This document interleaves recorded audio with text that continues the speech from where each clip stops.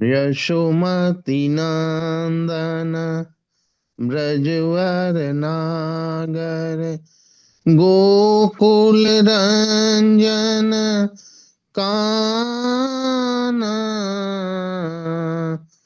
गोपी प्राणी धन मदन मनोहर, गोपी प्राणी धन मदन मनोहर, कालिय दमन विधान, यशोमती नंदन ब्रजवर नागर, गोकुल रंजन काना, अमल हरि नाम अमीय विलास, विपिन पुरंदर नवीन नागर वर, वंशीवदन सुवास, यशोमती नंदन ब्रजवर नागर, गोकुल रंजन काना, व्रज जन पालन असुर कुल नाशन, नंद गोदन रखवाला,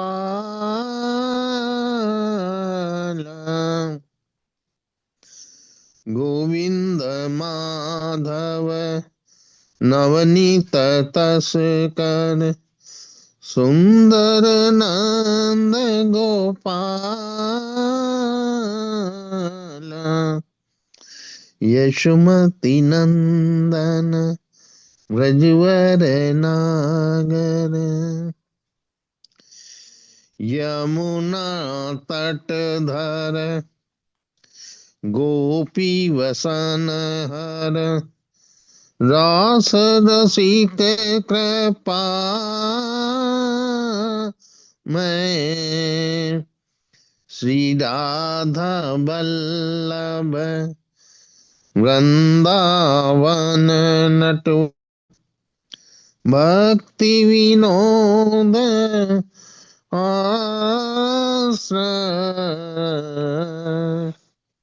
यशोमती नंदन ब्रजवर नागर, गोकुल रंजन काना। बहुत ही प्यारी मतलब इसमें भावना है भगवान के प्रति। भगवान कृष्ण यशोदा के अत्यंत प्रिय पुत्र हैं, ब्रजभूमि के दिव्य प्रेमी हैं, गोकुल वासियों को आकर्षित करने वाले कान्हा हैं, गोपियों के प्राण धन है, मदन यानी कामदेव का मन हरने वाले हैं और कालिया नाम का दमन करने वाले।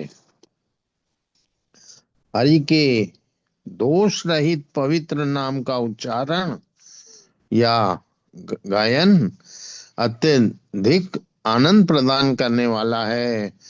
भगवान कृष्ण वृंदावन के 12 वनों के अधिपति उन वनों में विचरण करते हैं। उनके सौंदर्य में सदैव अति नवीनता रहती है। वे मुरली बजाते हैं और अति सुंदर वस्त्र पहनते हैं। कृष्ण व्रजवासियों के पालन करता तथा संपूर्ण असुर वंश का नाश करने वाले हैं।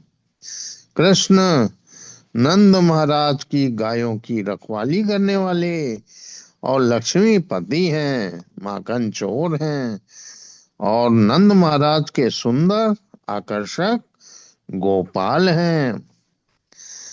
कृष्ण यमुना तट पर विचरण करने वाले तथा गोपियों का चीर हरण करने वाले हैं। कृष्ण को अपने भक्तों से वार्तालाप करना बहुत ही रुचिकर है। कृष्ण कृपामय हैं, राधा रानी के प्रेमी हैं, वृंदावन में सबसे कुशल नर्तक हैं और भक्ति विनोद ठाकुर के आश्रय हैं। हरे कृष्ण कृष्ण कृष्ण हरे हरे, हरे राम राम राम हरे हरे, हरे कृष्ण कृष्ण कृष्ण हरे हरे, हरे राम राम राम हरे हरे, हरे कृष्ण कृष्ण कृष्ण हरे हरे, हरे राम राम राम हरे हरे। हरे कृष्णा। दंडवत प्रणाम सभी माता जी, सभी प्रभु जी को। हरे कृष्ण हरे कृष्ण। हरे कृष्णा प्रभु जी, धन्यवाद हरि प्रणाम, बोल बहुत प्रभु। सुंदर। हरे कृष्णा। बहुत हरि सुंदर बोल। प्रभु जी, हरि बोल। हरि बोल। हरे कृष्णा माता जी, सभी सादर प्रणाम। हरे को कृष्णा प्रभु हरे जी। कृष्णा जी। हरे कृष्णा। हरे सभी कृष्ण। को बहुत बहुत धन्यवाद हरे सभी को। कृष्णा माता जी, अन्नू सभी सिंह को माता जी, आप कुछ गाना चाहती हैं? हाँ आप गाइए प्रभु जी, हाँ श्री गाइए गाइए नरोत्तम दास जी का है। मैं गाने का प्रयास करती हूँ, जी पहली बार है। जी जी बिल्कुल बिल्कुल माता जी, गाइए। राधा कृष्ण प्राण मोर जुगल किशोर, राधा कृष्ण प्राण मोर जुगल किशोर, जीवने मरणे गति हार नहीं मोर, राधा कृष्ण प्राण मोर जुगल किशोर, कालिंदरे फूले खिली कंदे बरवान, रतन वेदिर ऊपर बसा बधु जान, राधा कृष्ण प्राण मोरे जुगल किशोर, श्याम गौरी अंगे दिव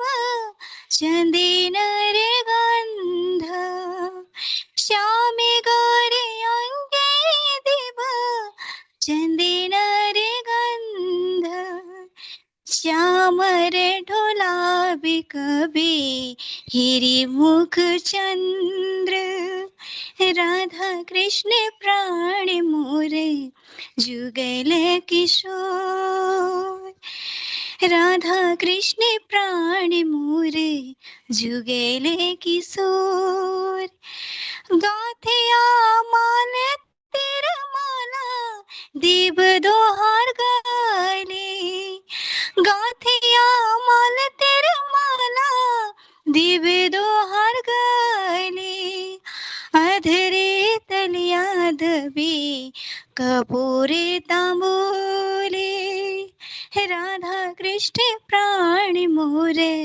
जुगल किशोर, राधा कृष्ण प्राण मोरे जुगल किशोर, ललिता विशाखाते यत सखी वृंद, ललिता विशाखा दे यत सखी वृंद, आज्ञा करीब सेवा चरणारविंद, राधा कृष्ण प्राण मोरे जुगल किशोर, राधा कृष्ण प्राण मोरे जुगल किशोर, श्री कृष्ण चैतन्य प्रभुर दासेरनु दास। श्री कृष्ण चैतन्य प्रभुर दासेरनु दास। सेवा विलास करे सीन नरोत्तम दास। सेवा विलास करे नरोत्तम दास। राधा कृष्ण प्राण मोरे जुगल किशोर। जीवन मरण गति हार नहीं मोर। राधा कृष्ण प्राण मोर जुगल किशोर। हरे कृष्ण कृष्ण कृष्ण हरे हरे, हरे राम राम राम हरे हरे। हरे कृष्ण कृष्ण कृष्ण हरे हरे, हरे राम राम राम हरे हरे। हरे कृष्णा। सभी को दंडवत प्रणाम। हरे कृष्णा, हरे बहुत कृष्णा सुंदर। माता जी, बहुत सुंदर गाया आपने, दिल से गाया। हरे बहुत कृष्णा अच्छी माता जी, वॉइस है बहुत आपकी। सुंदर। हरि बोल हरि बोल। हरि बोल बहुत माता अच्छे, जी, हरि सब बोल। प्रभु की कृपा है। बहुत सुंदर। बहुत सुंदर। हरि बोल।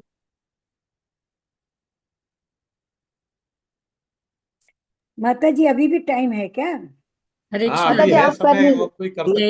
नहीं नहीं माता जी, थोड़ा अब सा 44 हो है चुका ना? है। अब हाँ, अब ठीक है, कल कल, करूंगी। हाँ कल करिएगा माता जी, आज तो समय हो गया है। और आज शुरू करते हैं सबसे पहले मंगलाचरण से। हरे कृष्णा, हरे कृष्णा, हरे कृष्णा, कृष्ण कृष्णा हरे हरे, हरे हरे राम, राम राम, राम, हरे हरे। हरे ओम नमो भगवते वासुदेवाय, ओम नमो भगवते वासुदेवाय, ओम नमो भगवते वासुदेवाय। ओम अज्ञानातिमिरान्धस्य ज्ञानञ्जनं शलाकया चक्षुरुन्मीलितं येन तस्मै श्रीगुरुवे नमः। श्रीचैतन्यमनोभीष्टं स्थापितं येन भूतले स्वयं रूप कदा मह्यं ददाति स्वपदान्तिकम्। वन्देऽहं श्रीगुरु श्रीयुतपदकमलं श्रीगुरून् वैष्णवांश्च श्रीरूपं साग्रजातं सहगण रघुनाथ अन्वितं तं सजीवं साद्वैतं सावधूतं पर्जनसहितं कृष्ण चैतन्य देवं श्रीराधा कृष्ण पादान सहगण ललिता श्री विशाखान्विताश्च। हे कृष्ण करुणा सिंधु दीनबंधु जगतपते गोपेश गोपिका कांत राधा कांत नमस्तुते। तप्त कांचन गौरांगी राधे वृंदावनेश्वरी वृषभानुसुते देवी प्रणमामि हरिप्रिये। नमो विष्णुपादाय कृष्णपृष्ठाय भूतले श्रीमति भक्ति वेदांत स्वामिन् इति नामिने। नमस्ते सरस्वती देवे गौरवाणी प्रचारिणे निर्विशेष शून्यवादी पाश्चात्यदेशतारिणे। जय श्री कृष्ण चैतन्य प्रभु नित्यानंद श्री अद्वैत गदाधर शिवासादि गौर भक्त वृंद। हरे कृष्णा कृष्ण कृष्ण हरे हरे, हरे राम राम राम हरे हरे। हरे कृष्णा कृष्ण कृष्ण हरे हरे, हरे राम राम राम हरे हरे। सभी को हरे कृष्णा। और आज का सत्र हम शुरू करते हैं। और आज का सत्र शुरू करने के पहले सबसे पहले हम याद करते हैं, नमन करते हैं अपने आध्यात्मिक गुरु शिला प्रभुपाद जी को, साथ ही साथ जो इस ऑनलाइन पाठ्यक्रम के जनक हैं नमो निष्ठा प्रभु जी, जो कि इस इस्कॉन मंदिर मैंगलोर के अध्यक्ष भी हैं। और उनको नमन करते हैं, साथ ही सभी आचार्यों को, सभी शिक्षा गुरुओं को, सभी दीक्षा गुरुओं को, सबको नमन करते हुए और साथ ही आपका स्वागत करते हुए, पांचांग प्रणाम करते हुए आज का सत्र हम शुरू करते हैं। आज का सत्र शुरू करने के पहले हम कल का रिवीजन करते हैं कि कल हमने क्या क्या पढ़ा था, कल हमने क्या क्या जाना था। तो हम लोगों ने कल दूसरे अध्याय को शुरू किया था। तो पहले अध्याय में अर्जुन ने गांडीव रथ को रख दिया था कि अब मैं युद्ध नहीं करूंगा, और धृतराष्ट्र तो प्रसन्न हो जाते हैं कि अब क्या है, पांडव तो राज्य का त्याग करेंगे और बस ठीक है, मेरे बच्चे राज्य करेंगे। लेकिन संजय जी बता रहे हैं कि देखिए कि कृष्ण क्या कहते हैं, कैसे युद्ध के लिए उनको प्रेरित करते हैं। तो 1 से 10 तक के जो श्लोक हैं उसमें अर्जुन असमंजस में है, और कृष्ण जो है वो गुरु के रूप में आ जाते हैं, क्योंकि अर्जुन उनको गुरु रूप में स्वीकार करते हैं। शिष्य का कार्य होता है गुरु स्वीकार करना। तो अर्जुन जो है वो कृष्ण को गुरु बनाते हैं, और इसीलिए कहते हैं गुरु बहुत सोच समझ के स्वीकार करने चाहिए, परंपरा से शुरू गुरु को लेना चाहिए, क्योंकि उनके पास परंपरा का ज्ञान होता है।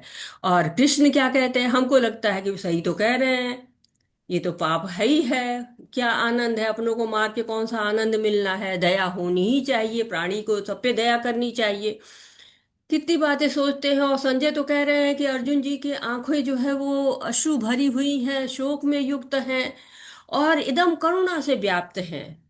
और फिर भगवान जब देखते हैं उनको तो कहते हैं कि अरे ये क्या है, कुतस्त्वा कसमलम विषमे, तो ये कलमश तुम्हारे अंदर कहाँ से आ गया भैया, अनार्य जुष्टम, तुम तो अनार्यों की तरह से जो है व्यवहार कर रहे हो, सभी लोग जैसे व्यवहार ही नहीं कर रहे हो। सभी लोग को क्या होता है, नियम पता होते हैं, जीवन के मूल्य पता होते हैं, अनुशासन पता होता है। अकीर्ति कर्म अर्जुन, ऐसा कार्य कर रहे हो जो तुम्हें अकीर्ति की तरफ ले जाएगा, अपयश की ओर ढकेल देगा। और तुम ऐसे कार्य मत करो। तुम क्या हो, क्लैब्यम मास्म गमः पार्थ, तुम जो है मेरे मित्र हो, पिता पात्र हो, तुम पिता के पुत्र हो तुम, और मेरे भी नजदीकी हो तुम ऐसे कार्य मत करो। ये क्या है, क्लैब्यम, बहुत जो है स्ट्रांग वर्ड यूज करते हैं, नपुंसकता, नपुंसक जो होते हैं वैसे तुम कार्य कर रहे हो, ये तुम्हें नहीं करना चाहिए, शोभा नहीं दे रहा है। और तुम्हारे अंदर दुर्बलता आ गई, हृदय में तुम्हारी दुर्बलता हो गई, कमजोर हो गया तुम्हारा हृदय, तुम ये सब त्यागो और युद्ध करो। युद्ध जो है एक तरह से कहते हैं युद्ध करो, कौन कह रहा है, हम लोगों ने पढ़ा है कि कल कहा गया भगवान उवाच, कहा किसने, शील व्यास देव जी ने बिल्कुल स्पष्ट कर दिया कि भगवान उवाच, भगवान कह रहे हैं। भगवान कौन है, जिसके पास 6 भग होते हैं, उसके पास बहुत ज्यादा यश होता है, बहुत ज्यादा धन होता है, बहुत ज्यादा सौंदर्य होता है, बहुत ज्ञान होता है, बहुत शक्ति होती है, और साथ ही साथ वैराग्य भी होता है। जनरली जिसके पास बहुत ज्ञान हो, बहुत धन हो, बहुत शक्ति, उसके अंदर वैराग्य नहीं होता है। लेकिन भगवान के अंदर ये 6 बहुत ज्यादा मात्रा में सब है। तो कहते ये भग है, जिसके पास ये 6 चीजें होती हैं, 6 भग होते हैं, वही भगवान कहलाता है। तो भगवान कृष्ण है। परम सत्य की 3 अवस्थाएं, ब्रह्मेति परमात्मेति भगवानेति शब्दते, परमात्मा परम सत्य की 3 अवस्थाएं हैं। ब्रह्म जो कि उनकी ज्योति है, तेज है उनका, और साथ ही साथ परमात्मा स्वरूप जो हमारे हृदय में रहता है, और उसके बाद साकार रूप जो अर्च विग्रह में हम देखते हैं भगवान का रूप, वो जो है साकार रूप भगवान का, त्रिभंग ललित मुद्रा में सुंदर से अर्च विग्रह बने होते हैं, वो भगवान का साकार रूप है। भगवान अर्च विग्रह में समा जाते हैं। तो अर्जुन जो है संदेह दिखाते हैं कि कैसे क्या करूं मैं, ये तो हमारे बड़े लोग हैं, ये तो हमारे पितामह हैं, हमारे वो गुरु हैं, उनका मैं कैसे वध करूं। और साथ ही साथ ऐसा तो ठीक है, ये तो बड़े महापुरुष लोग हैं, मैं तो इनको नहीं मार सकता हूं, मैं भीख खा के जिंदा रह लूंगा, लेकिन मैं इनका वध नहीं कर सकता हूं। तो कारण, उनके भ्रम होते हैं तो वो कारण देते हैं। कोई कारण बताना चाहेगा, कौन कौन से कारण देते हैं? हरे कृष्णा। अर्जुन ने कौन कौन से कारण दिए थे कि मैं नहीं करूंगा? साक्षी माता जी, हरे कृष्णा जी, माता जी हरे बताइए। हरे कृष्ण माता जी। हरे कृष्ण जी, माता जी।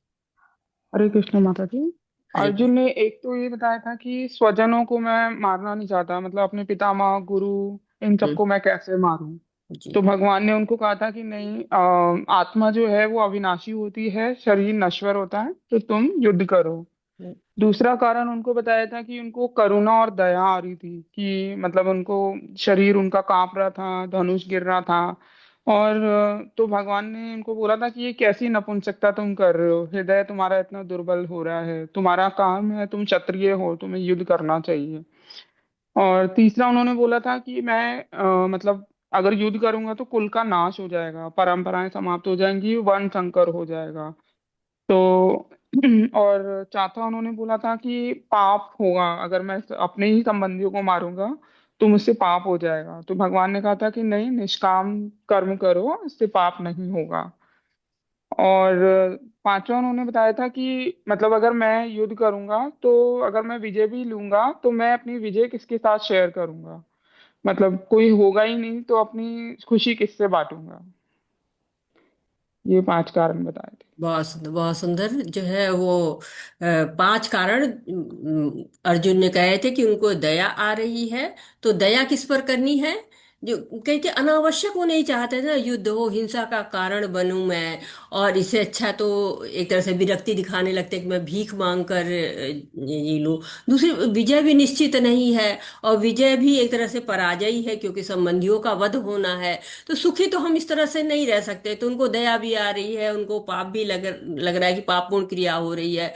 कोई आनंद भी इसमें नहीं है, असमंजस में भी है, और परिवार के बारे में भी सोच रहे हैं। जब इतना सोचते हैं, फिर वो गुरु के रूप में स्वीकार कर लेते हैं भगवान को। क्या कहते हैं? कार्पण्य दोषो उपह स्वभाव पृच्छामि त्वां धर्म सम्मूढ़ चेता यच्छ्रेयस्वानिश्चितं ब्रूहि तन्मे शिष्येतहं साधिमां त्रां प्रपन्नम।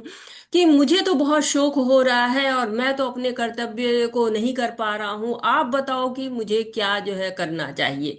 तो एक तरह से कृष्ण को कह रहे हैं कि आप मुझे बताओ, मुझे नहीं समझ में आ रहा है। और भगवान भी कितने मतलब अच्छे हैं कि वो ये कह रहे हैं, प्रोत्साहित कर रहे हैं, कह रहे हैं महाबाहो, तुम महाबाहो हो, महान है तुम्हारी भुजाएं। हम जब गुस्सा होते हैं तो क्या कहते हैं? कभी कहेंगे राक्षस है, कभी कहेंगे बैल बुद्धि है, तो तुम्हारे पास तो अकल ही नहीं है। कैसी कैसी अशोभनीय बातें हम करते हैं। लेकिन भगवान क्या कह रहे हैं? महाबाहो, प्रोत्साहित कर रहे हैं, अर्जुन के दुख को समझ रहे हैं, और उनको जो है वो सांत्वना भी दे रहे हैं, समझा भी रहे हैं। वो इस तरह नहीं कह रहे कि नहीं नहीं तुम तो बहुत बेवकूफ हो, तुमने ये क्या बातें कर रहे हो। नहीं, कह रहे हैं कि तुम जो है वो गुड़ाकेश हो, तुम इस तरह से भ्रमित क्यों हो रहे हो। और अर्जुन कहते हैं कि मैं तो जो है वो, मुझे बताइए मैं क्या करूं। और एक तरह से वो यहाँ पर ये भी दिखाया गया कि अर्जुन भक्त है, और इसलिए उसको ज्ञान प्राप्त करने की उसके अंदर योग्यता है। क्यों? क्योंकि उसके मन और बुद्धि, इंद्रियां सब नियंत्रण में है उसके। भोग करना नहीं चाह रहा है। द्वंद्व जो है वो क्या कहते हैं कि द्वंद्व जो होते हैं इस संसार के, ये सुख दुख दिन रात ये द्वंद्व होते हैं, इनके प्रति ये सहिष्णु है, और भगवान पर पूरी श्रद्धा है। इसीलिए अर्जुन को कहते हैं कि अर्जुन तुम जो है वो क्या हो कि गुड़ाकेश हो, हंसते हैं मुस्कुराते हैं, जबकि मुस्कुराने का समय नहीं था, वो युद्ध भूमि थी। और साथ ही अर्जुन बहुत शोक में थे। तो ऐसे समय में लोग हंसते नहीं है, लेकिन अर्जुन वो कृष्ण हंस रहे हैं। कल हम लोगों ने बात की थी ना कि कृष्ण को लग रहा है कि अब तो हम सुनाएंगे इनको, भगवत गीता सुनाएंगे। तो एक तरह से अर्जुन शरणागत भी हो जा रहे हैं। हम अहंकार में होते हैं, हमसे ज्यादा कोई नहीं जानता, हम सबसे ज्यादा बुद्धिमान हैं। लेकिन भगवत गीता हमें बताती है कि हम पग पग पर पे हमें गुरु की आवश्यकता होती है। हम इस चीज को जानते हैं, क्योंकि अगर हमको तैरना सीखना होता है तो हम कोच लेके आते हैं, पढ़ना होता है तो स्कूल जाते हैं, गाड़ी चलाना होता है तो गाड़ी चलाने के जो सेंटर बने होते हैं वहां पे जाते हैं, खाना बनाना होता है तो कुकरी शो ज्वाइन कर लेते हैं। तो ये क्या होता है, किसी न किसी से सीखना पड़ता है, या घर में माताएं सिखाती हैं, बड़ी बहनें सिखाती हैं, भाभियां सिखाती हैं कि कैसे खाना बनाना है। तो किसी न किसी से तो सीखना पड़ता है ना। तो निराशाजनक परिस्थिति है, लेकिन कहते हैं कि निराशाजनक परिस्थिति में भी निराश नहीं होना चाहिए। जो है वो कहा जाता है ना, जब मोटिवेशनल स्पीकर्स होते तो क्या है, failure is the stepping stone of success. जो आपका जो सफलता है ना, वो पहले, उसके पहले फेल्योर आता है। फेल्योर के पर पैर रख के ही आप सक्सेस पे बढ़ सकते हैं। अगर फेल्योर में वहीं आपने अपने आप को छोड़ दिया, बस खत्म। लेकिन जो आगे बढ़ता है वो ही सक्सेस को प्राप्त करता है। तो यहाँ पर हंस रहे हैं कि अब मैं भगवत गीता बोलूंगा। अब वो गुरु की भूमिका ले लेते कि मेरा तो मित्र है लेकिन हमको गुरु बना रहा है। तो अर्जुन के हित के लिए, अर्जुन के प्रेम के लिए वो इस स्थिति को स्वीकार कर लेते हैं। और उससे सबसे पहले जो उनको दया आ रही थी, उसके लिए वो 19 से 30 तक जो है वो शरीर और आत्मा के बारे में बताते हैं। तो पहले तो यही कहते हैं कि तुम जो है अशोचानन शोचस्व प्रगावादश्च भाषसे गतासु न अगतासु सहस्नानु शोचन्ति पंडिता। बात कैसी कर रहे हो, जैसे बड़े विद्वान हो, और जो है वो वैसे हो नहीं विद्वान जैसी बातें कर रहे हो। क्यों? क्योंकि जो लोग विद्वान होते हैं वो शोक करते ही नहीं है, ना जीवित व्यक्ति के लिए शोक करते हैं, ना मृत व्यक्ति के लिए शोक करते हैं। क्यों? क्योंकि तुम आत्मा हो ना, तुम शरीर तो हो ही नहीं।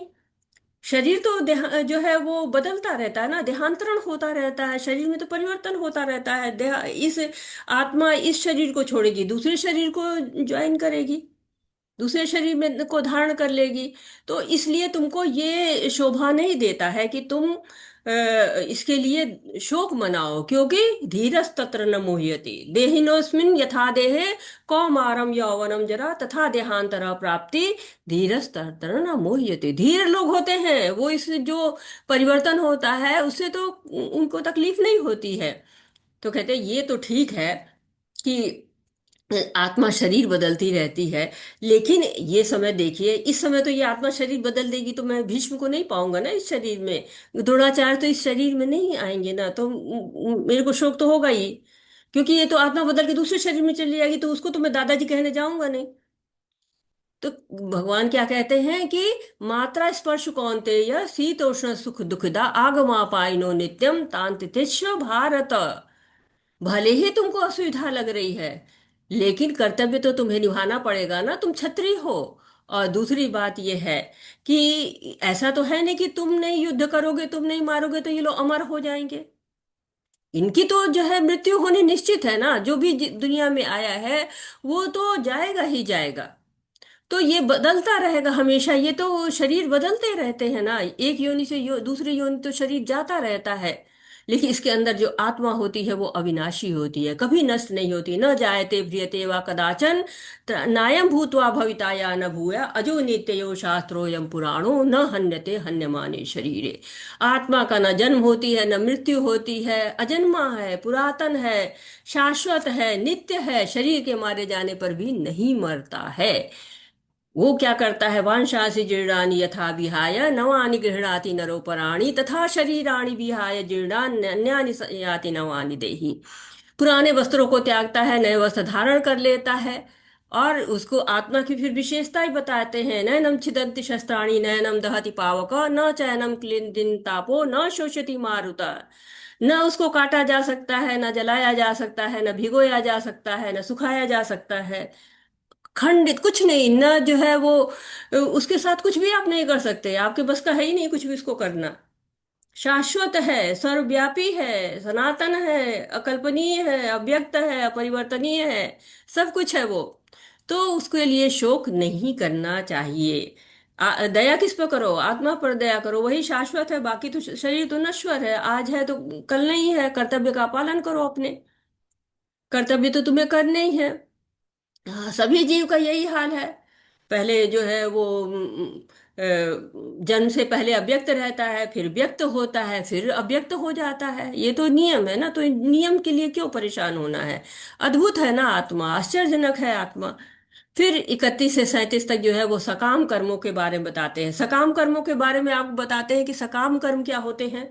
तो सकाम कर्म वो कर्म होते हैं जो कि हम करते तो शास्त्रों के अनुसार ही है, शास्त्रों में लिखा है उनको करने के लिए, लेकिन उसमें हमारा स्वार्थ रहता है। जो स्वार्थ के साथ उसको करते हैं। और साथ ही साथ जब उसमें हम लोगों ने स्वधर्म के बारे में पढ़ा था, तो पहले तो हम समझते हैं कि धर्म क्या है। तो धर्म वो होता है जिसको व्यक्ति अपने आप से अलग कर ही नहीं सकता है, छीना ही नहीं जा सकता है। जैसे कि जो चीनी है तो उसमें मिठास है, अगर आप चीनी में से मिठास को छीन ले तो वो क्या हो जाएगा, चीनी नहीं कहलाएगा ना वो। उसी तरह जीव का धर्म क्या है, सेवा करना। जीव जो है वो हमेशा चाहे जिस योनि में होगा सेवा करेगा। अब कहेगा सेवा करेगा, हाँ वो सेवा करेगा ही, चाहे समाज की करे, चाहे देश की करे, चाहे घर की करे, चाहे परिवार की करे, और ये इंद्रियों की सेवा करे, सेवा ही करेगा। इसीलिए कहते हैं कि जीव को भगवान का दास बनना चाहिए। जीवेर स्वरूप है नित्य कृष्ण दास, कृष्ण का दास बन जाइए, आपकी सारी समस्याएं समाप्त हो जाएंगी। और स्वधर्म क्या होता है? स्वधर्म वो धर्म होता है जो हम परिवार के पोषण के लिए अपने गुण के अनुसार धर्म को चुनते हैं। वो धर्म होता है, जैसे ब्राह्मण है तो वो पढ़ता पढ़ाता है, क्षत्रिय है वो रक्षा करता है, वैश्य क्या करता है, गोपालन कृषि करता है, शूद्र क्या करते हैं, सबकी सहायता करते हैं, सबके कार्य में सहयोग देते हैं। और नित्य धर्म क्या होता है? नित्य धर्म जो कि भगवान से संबंध बनाने के लिए किया जाता है, श्रवण किया जाता है, कीर्तन किया जाता है, जप किया जाता है, ये जो है वो आपके नित्य धर्म होते हैं। तो अब एक तरह से यहाँ पे बताया उन्होंने कि दया जो है शरीर पे नहीं करनी है, आत्मा पे करनी है। फिर पाप के बारे में कहा गया कि कहते कि पाप लगेगा, तो क्या पाप कब लगता है? जब हम अपने स्वधर्म को नहीं करते हैं, जब हम अपने जो हमें कार्य भगवान के द्वारा मिला है वो हम नहीं करते हैं। और साथ ही साथ भगवान ने कहा है कि तुम अपनी कीर्ति खो दोगे, तुम्हारा अपयश भी होगा।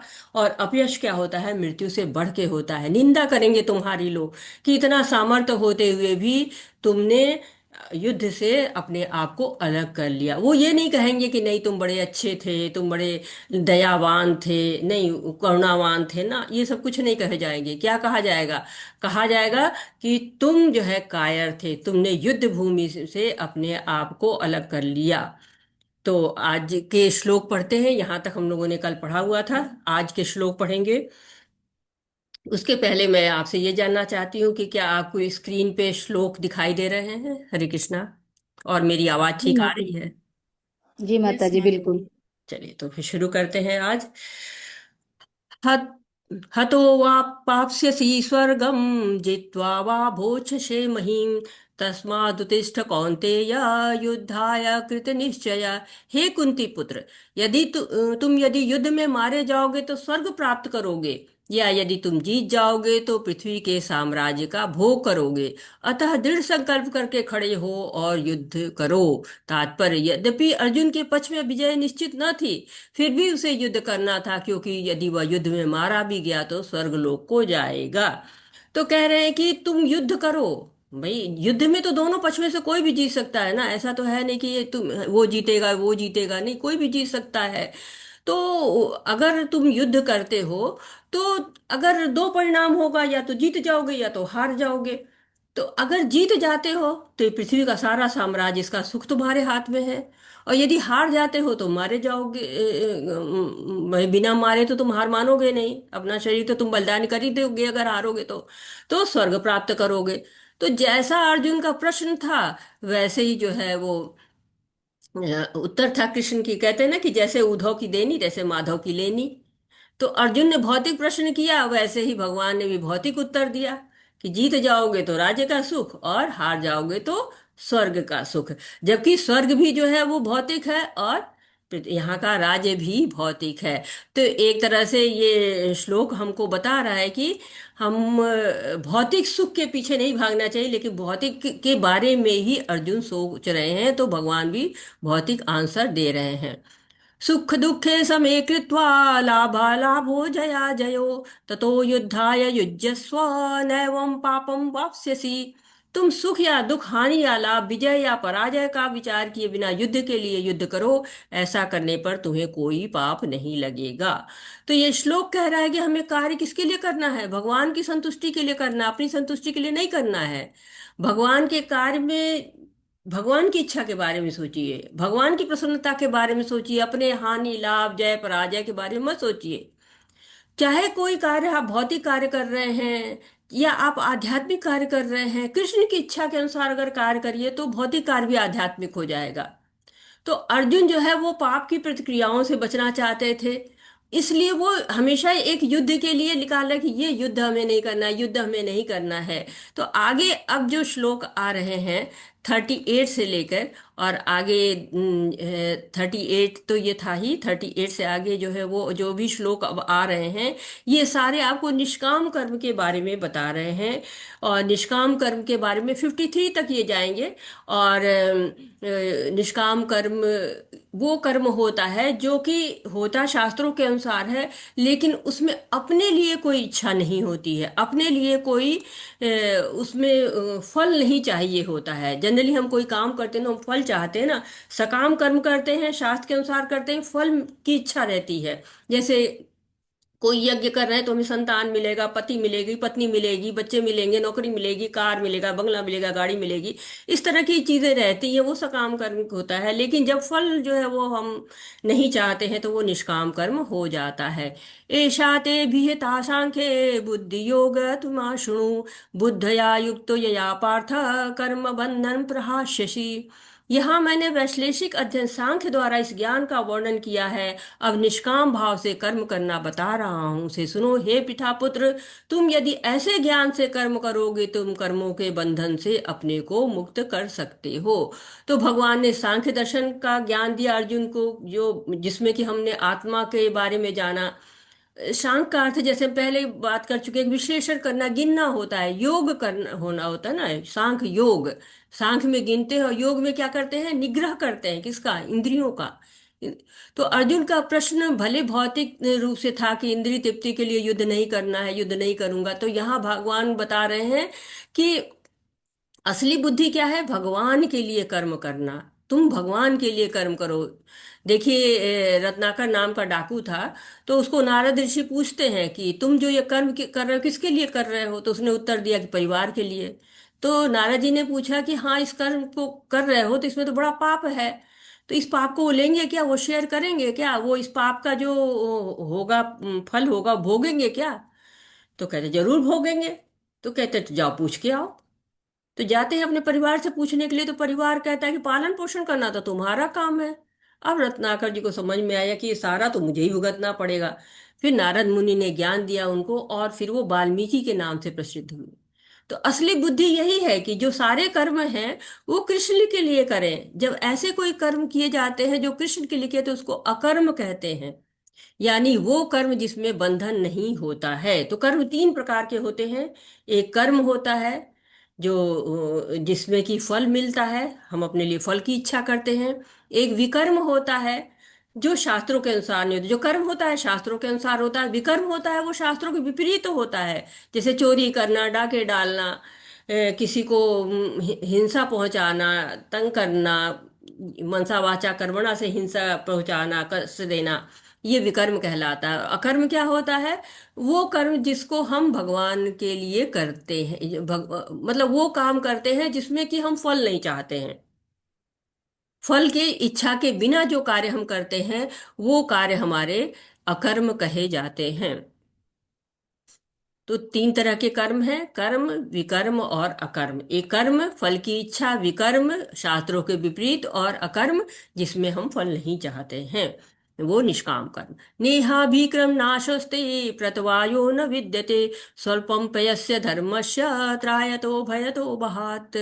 इस प्रयास में न तो हानि होती है न ही हास, अपितु इस पथ पर की गई अल्प प्रगति भी महान भय से रक्षा करती है। तो भक्ति के कार्य जो भी किए जाते हैं उनका धरातल दिव्य होता है। प्रयास महत्वपूर्ण होता है। भौतिक जगत में साल भर पढ़ाई करिए, परीक्षा में नहीं बैठ पाइए, कोई तकलीफ हो गई तो प्रयास बेकार हो गया। लेकिन भक्ति में ऐसा नहीं होता है। भक्ति में जो थोड़ा भी प्रयास करता है भगवान उसकी रक्षा करते हैं। जैसे कि जब रावण सीता माता को लेके जा रहे थे तो रास्ते में जटायु मिलते हैं। जटायु रावण से भिड़ जाते हैं, युद्ध के लिए तैयार हो जाते हैं, जानते हैं कि हार जाएंगे और हार भी गए। लेकिन बाहरी तौर पे हार गए ना, लेकिन भगवान के हाथों क्या मिला, मोक्ष मिला। जो भगवान अंतिम संस्कार अपने पिता का नहीं कर पाए उन्होंने जटायु का अंतिम संस्कार किया। कहा भगवान ने कहा कि ऐसा करते हैं कि तुमको हम जीवन दान देते हैं। उनका नहीं नहीं, इससे अच्छी मृत्यु क्या होगी। तो जैसे गिलहरी भी थी, उसने भी भगवान राम की सेवा की। वो भी जानती थी कि मेरे बनाए से पुल नहीं बनेगा, लेकिन फिर भी वो भगवान के पुल बनाने में सहयोग करती है। भगवान जो है स्नेह से उसके ऊपर हाथ फेरते हैं, और गिलहरी छोटे छोटे कंकड़ उठा के पुल बनाने में सहयोग कर रही है। अब हनुमान जी जैसे बड़े बड़े बानर लोग कह रहे हैं कि अरे मेरे एक पैर के नीचे आ जाएगी तो ये तो इसका तो गोविंद गान हो जाएगा, और ये बाधा डाल रही है, हम इसको बचा के चल रहे हैं तो हमारे कार्य में टाइम लग रहा है। तो भगवान कहते करने दो उसको, वो अपने सामर्थ्य के अनुसार कर रही है, तुम अपने सामर्थ्य की शक्ति के अनुसार कर रहे हो। तो किसी के प्रयास की कोई तुलना नहीं है। ये हम कई बार लोग सोचते हैं कि अरे इतने बड़े बड़े लोग हैं, वो लोग स्वर्ग जाएंगे, वो लोग भगवान के धाम जाएंगे, हम भक्ति करके क्या, हम तो बड़े पीछे हैं। नहीं, भक्ति किसी चीज पे निर्भर नहीं है। और भक्ति के प्रयास कभी भी इधर मतलब व्यर्थ नहीं होते हैं, भगवान उनकी रक्षा करते हैं। व्यवसायत्मिका बुद्धि रेकेह कुरु नंदन, बहुशाखा हनंताश बुद्धयो व्यवसायिनाम। जो इस मार्ग पर चलते हैं वे प्रयोजन में दृढ़ रहते हैं, उनका लक्ष्य भी एक होता है। हे कुरुनंदन, जो दृढ़ प्रतिज्ञ नहीं है उनकी बुद्धि अनेक शाखाओं में विभक्त रहती है। तो बहुशाखा हनांतश्च, बहुशाखा बहुत सारी शाखाओं में कूदना। इंद्र बंदर क्या करता है, यहाँ से वहां यहाँ से वहां कूदता रहता है। तो इसी तरह से कूदना नहीं है, अनेक शाखाओं में अपनी बुद्धि को विभक्त नहीं करना है। अगर हम क्या करेंगे, अभी थोड़ी देर में हमने जो है वो चले गए किचन में कुछ भोग बनाने लगे, फिर वहां से उठे गए मंदिर को सफाई करने लगे, वहां से उठे माला जप करने लगे, जब ऐसे कार्य करेंगे तो सफलता नहीं मिलेगी ना, कोई भी काम पूरा नहीं होगा। तो दृढ़ निश्चय करके श्रद्धा के साथ, कहे श्रद्धा शब्द विश्वास कहे सुदृढ़ निश्चय, श्रद्धा से करेंगे विश्वास उत्पन्न होगा, विश्वास से निश्चय दृढ़ होगा। तो श्रद्धा होनी चाहिए और साथ ही साथ दृढ़ निश्चय होने चाहिए। जैसे अर्जुन थे, द्रौपदी के स्वयंवर में गए, मछली घूम रही है, उसकी आंख में भेदन करना था, तो उन्होंने अपनी बुद्धि को एकदम एकाग्र किया, केवल आंख में देखे, कहे आपको क्या दिखाई दे रहा है, कुछ नहीं, केवल मछली की आंख। वैसे ही जब हम ये जान जाए वासुदेव स्वरमिति, सब वासुदेव ही है, भगवान ही परम पुरुष है, ये जब जान जाएंगे तो हमारी जो स्थिति होगी कैसी होगी। जैसे दीपक होता है, दीपक जो है वो बिल्कुल स्थिर जलता है, वायु ना चलती हो तो बिल्कुल उसकी जो सीधी लौ रहती है, हिलती डुलती नहीं है। यही स्थिरता चाहिए, यही दिन निश्चय चाहिए। कहाँ से मिलेगा, गुरु से मिलेगा। गुरु जो है हमको बताता है, हमको मार्गदर्शन करता है। तो कृष्ण को जब हम केंद्र बनाते हैं तो हमारे हर कार्य जो है वो कर्म फल से अलग हो जाते हैं, कर्म फल के अधीन नहीं रहते। तो हमें बुद्धि को विभक्त नहीं करना, या वहां बिल्कुल भगवान में ही लगा देना, जो भी कर्म करे भगवान के लिए करें। यामिमां पुष्पितां वाचा प्रवदन्त्य विपश्चितः, वेदवादरताः पार्था नान्यदस्तीति वादिनः, कामात्मानः स्वर्गपरा जन्म कर्म फला फलप्रदां, क्रिया विशेष बहुला भोगो ऐश्वर्य प्रति। आशा माता जी पढ़िए अनुवाद, हरे कृष्णा। और मधु कपूर माता जी आप श्लोक पढ़िएगा आगे, हरे कृष्णा। पढ़िए माता जी। हरे कृष्ण माता जी, सभी को हरे कृष्ण। अल्प ज्ञानी मनुष्य वेदों के उन अलंकारिक शब्दों के प्रति आध्यात्मिक अत्यधिक आसक्त रहते हैं जो स्वर्ग की प्राप्ति, अच्छे जन्म, शक्ति इत्यादि के लिए विविध काम कर्म करने की संस्तुति करते हैं।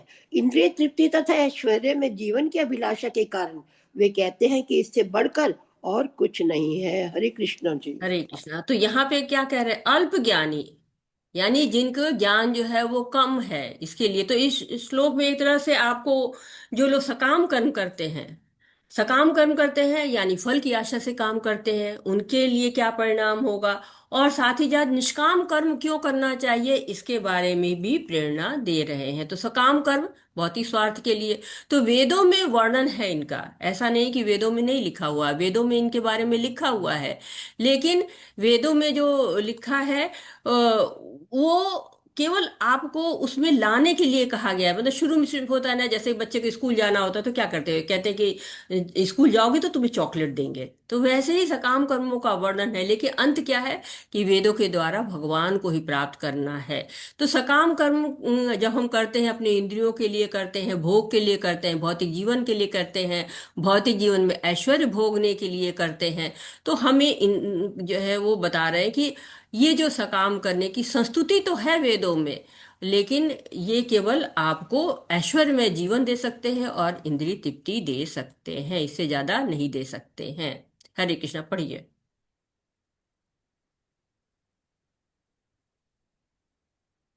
अ, माधुरी माता जी, आप पढ़ लीजिए। हरे कृष्णा।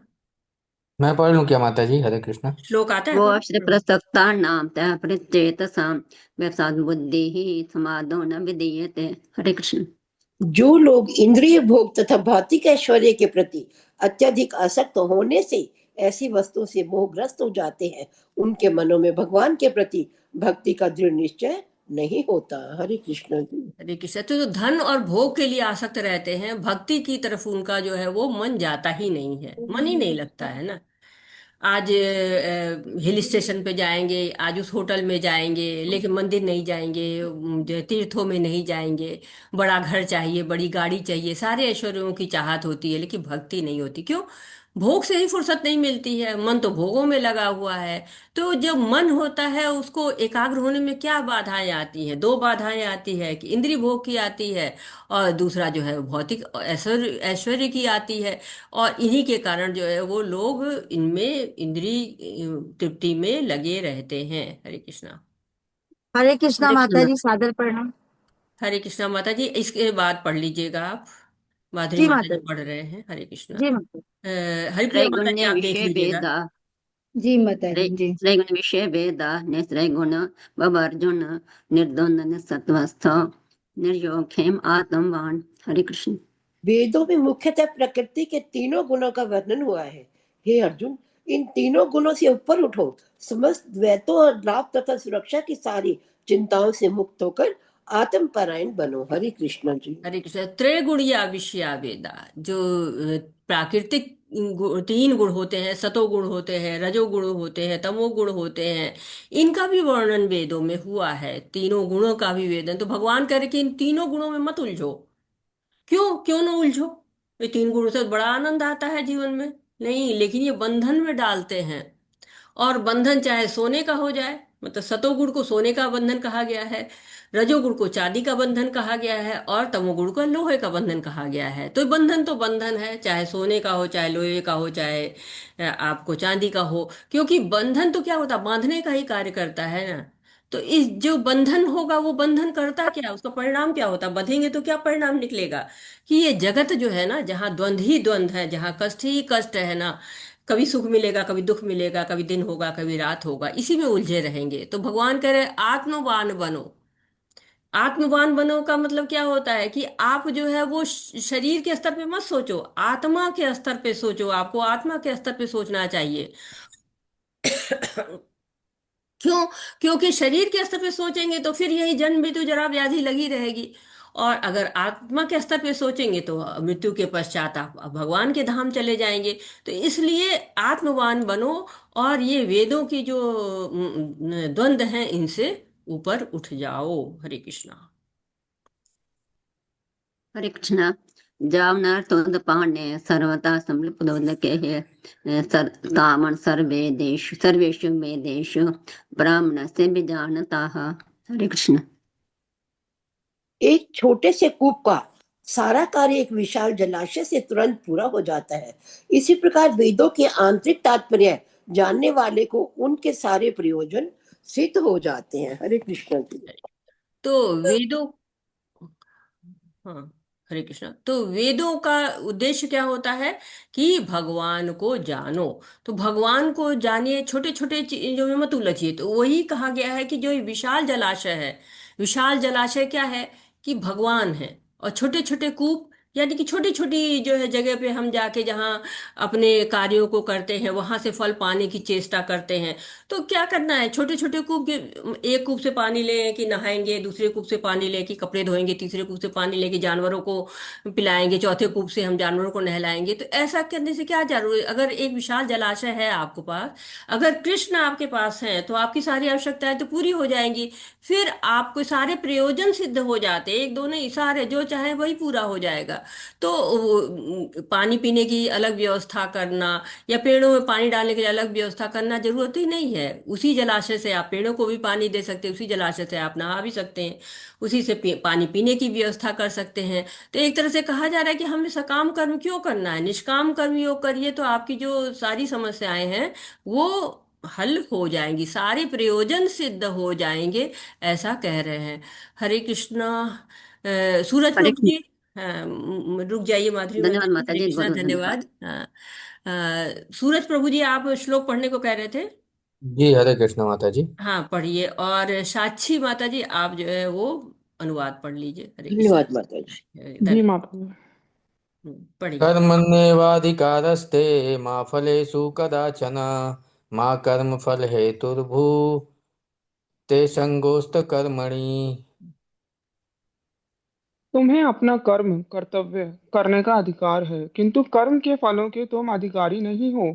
तुम ना तो कभी अपने आप को अपने कर्मों के फलों का कारण मानो, ना ही कर्म ना करने में कभी आसक्त हो। हरे कृष्ण। हरे कृष्णा। तो ये श्लोक आप सब लोगों ने सुना होगा, सामान्य जीवन में भी सब लोग भगवत गीता के नाम पे इस श्लोक को जरूर जानते हैं। तो ये बहुत इंपॉर्टेंट श्लोक है, बहुत फेमस श्लोक है। और कहते हैं ना कि तुम्हारे अधिकार में कर्म करना है, फलों पर तुम्हारा अधिकार नहीं है। ऐसा क्यों कहते हैं? क्योंकि जब हम फलों पर अधिकार होता है ना तो आसक्ति आती है। अगर हम ये सोचेंगे कि ये अगर हम ये करेंगे तो ये मिलेगा, तो हम आसक्त हो जाते हैं। और फिर आसक्त के साथ साथ फिर हमें लालच होता है। अगर ये होता है कि हमें ये लगे बाजार में जाएंगे और वहां से हम एक दर्जन में 5 सेब खरीद के लाएंगे। अब वो आसक्ति होगी कि 5 सेब मिलेगा, 5 सेब मिलेगा। अब अगर वो 4 मिल जाता है तो बड़ी दिक्कत, और होता है अरे 5 बजाय 6 मिल जाता तो बड़ा अच्छा रहता। अब वो भी नहीं मिल रहा है, मान लीजिए सेब की दुकानें ही नहीं लगी, तो क्या हुआ, निराशा आ जाएगी कि अरे ये तो जो है वो मुझे इतना हमने मेहनत की और हमें मिला ही नहीं। तो इसीलिए कहा जाता है कि कर्म के फलों पर आशा मत रखिए। ठीक है, कर्म हमारे अधिकार में है। कई बार आप देखिए कि बच्चे स्कूलों में एग्जाम देते हैं और इतना उनको प्रेशर होता है कि इतने मार्क्स आने चाहिए, नहीं आते हैं तो फिर वो निराश होके किसी भी स्थिति में चले जाते हैं। तो इसीलिए हमको आसक्त नहीं होना है, क्योंकि जब आसक्त हो जाएंगे फलों से तो हमें निराशा मिलेगी। तो भक्ति योग जो है वो करना है, उनका वेदों में वर्णन है, उसको करिए। सकाम कर्म से केवल इंद्रियों का सुख मिलेगा, और भौतिक जीवन में कैसे भोग कर पाएंगे बस यही सोचते रह जाएंगे। और प्रयास करेंगे भी और ज्यादा पुण्य वगैरह भी करने लगेंगे तो स्वर्ग लोक तक ही जाएंगे। वहां भी क्या है, स्वर्ग लोक में भी क्या है, ऐश्वर्य ही है। वहां भी इंद्रिय भोग ही है। इसीलिए हम लोग अपने पितरों को कहते हैं कि हाँ तुम स्वर्ग चले गए, स्वर्गवासी हो गए, क्योंकि स्वर्ग में बहुत भोग है। हम चाहते हैं हमारे जो पितर हैं वो बहुत आनंद से रहें। हरे कृष्णा।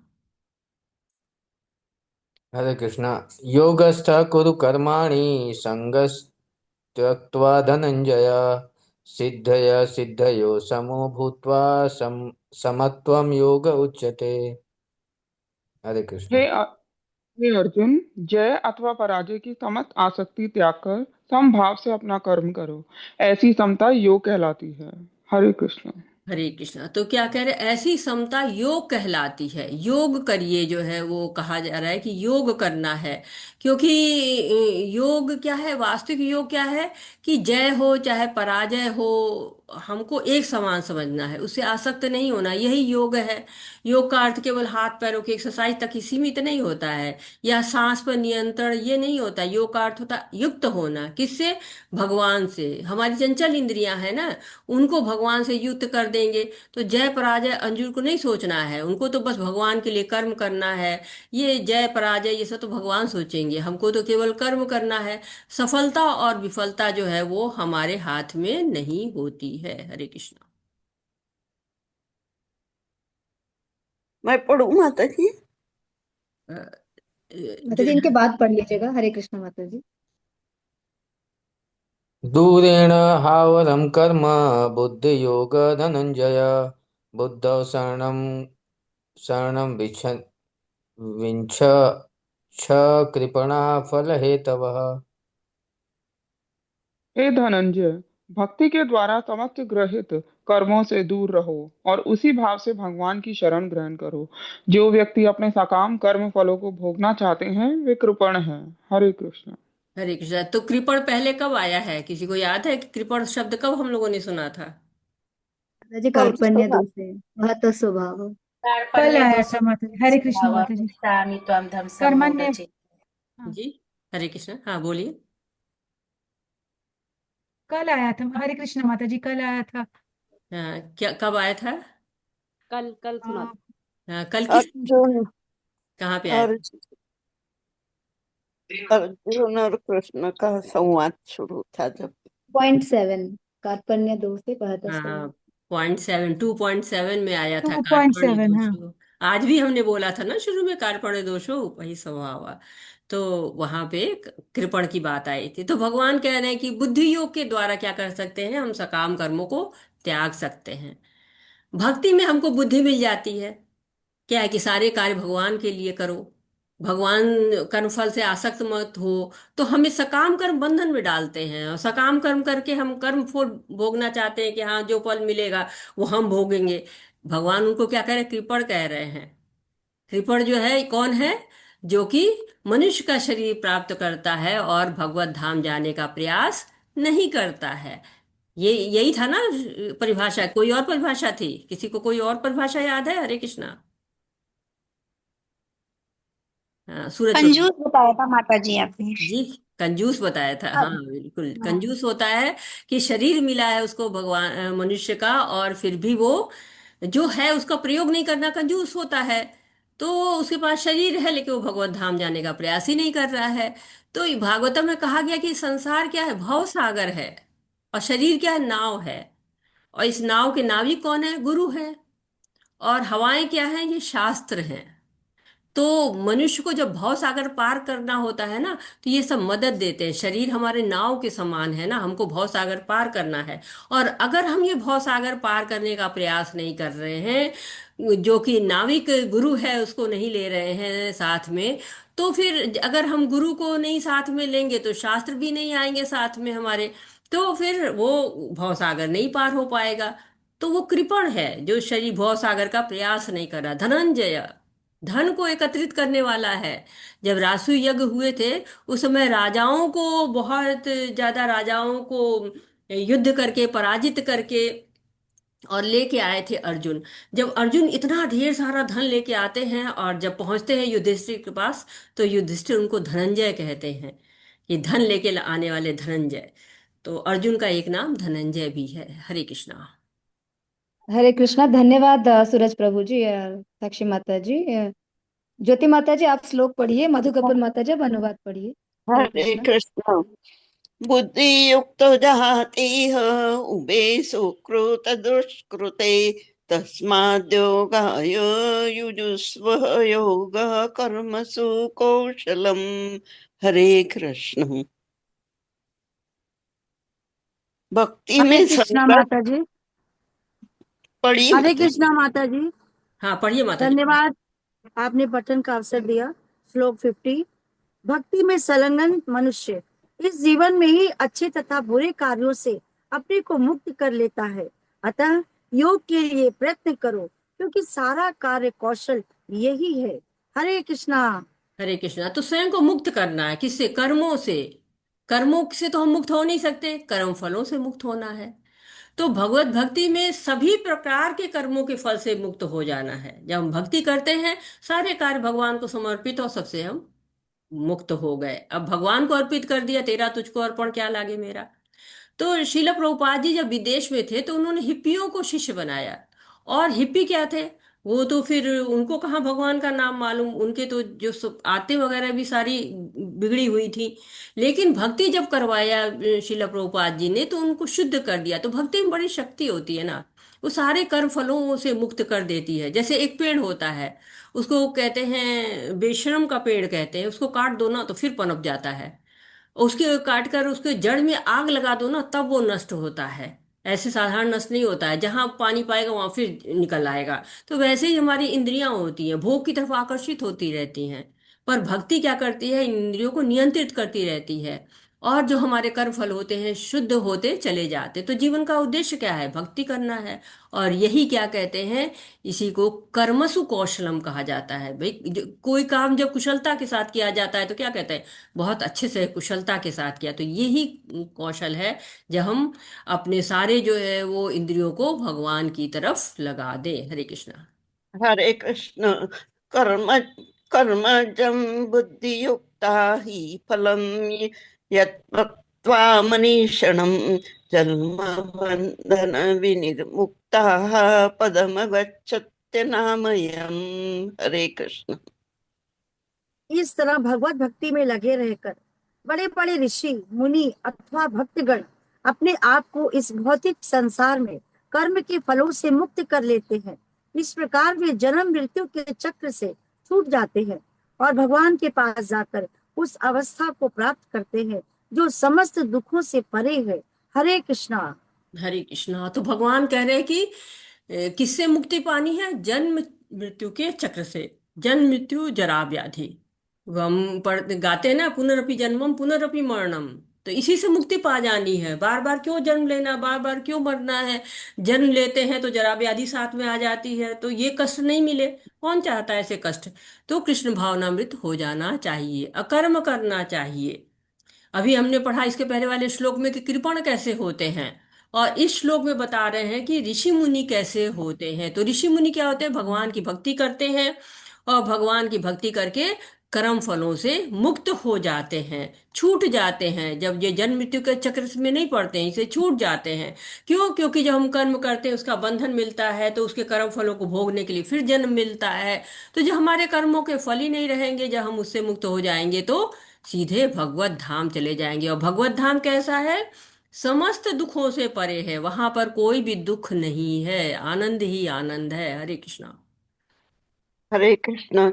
यदा ते मोह कलिलं बुद्धि व्यतीतरिष्यति तदा गन्तासि निर्वेदं श्रोतव्यस्य श्रुतस्तस्य च। हरे कृष्ण।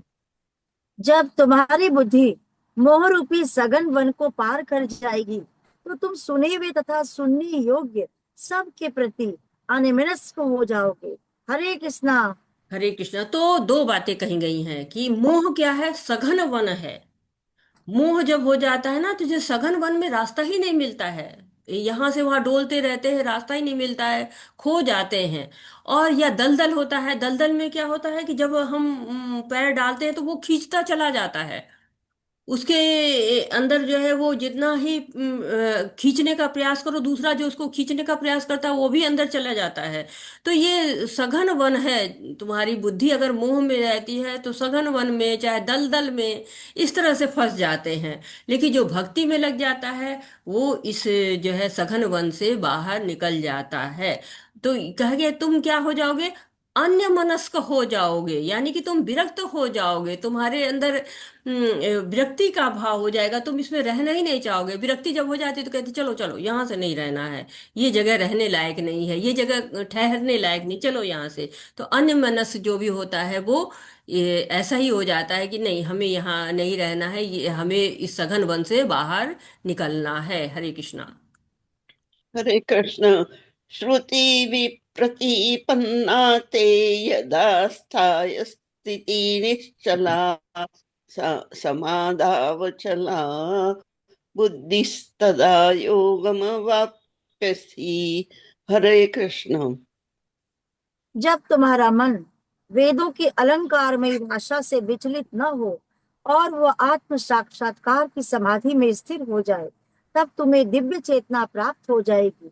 हरे कृष्णा। हरे कृष्णा। तो कह रहे हैं कि समाधि की अवस्था की बात हो रही है यहाँ पे, कि तुम्हें दिव्य आत्म साक्षात्कार की समाधि में स्थिर हो जाए, तब तुम्हें दिव्य चेतना प्राप्त हो जाएगी।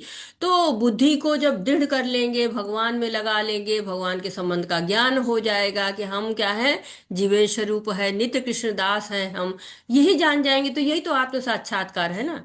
जब मनुष्य एकदम दृढ़ हो जाता है ना, भक्ति में। जब करेगा फिर जाएगा बाहर। तो उसके विचलन कोई नहीं होता है। जब भक्ति होती है तो विचलन नहीं होता है, मार्ग में कोई बाधा जो है नहीं आती है। क्योंकि विचलन क्यों होता है? जब हम पूरी तरह से दृढ़ नहीं होते हैं। किसी ने बताया ये कर लो, ये भी करने लगे, वो कर लो, ये भी करने लगे, क्यों? दृढ़ता नहीं है। तो भगवान क्या कहते हैं कि समाधा वचला बुद्धि, जो है वो यहाँ पे कि समाधा वचला बुद्धि। जब बुद्धि क्या हो जाती है? बिल्कुल दिव्य हो जाती है, दिव्य चेतना में बिल्कुल स्थिर हो जाती है, अविचल हो जाती है। तो ऐसी बुद्धि जो है वो कहते हैं कि ये अवस्था अच्छी मानी गई है कि दिव्य चेतना मिल जाएगी, स्थिर बुद्धि हो जाएगी, विचलित नहीं होगी। हरे कृष्णा। हरे हरे कृष्णा। बहुत बहुत धन्यवाद माता ज्योति माता जी और माधुरी मधु कपूर माता जी। सुषमा बत्रा धन्यवाद माता माता जी, जी। आप हरे श्लोक कृष्णा। पढ़िए। धन्यवाद। सुषमा बत्रा माता जी, आप श्लोक पढ़िए और निर्मला माता जी आप अनुवाद पढ़िए। हरे कृष्णा। हरे कृष्णा माता जी। सभी को हरे कृष्णा।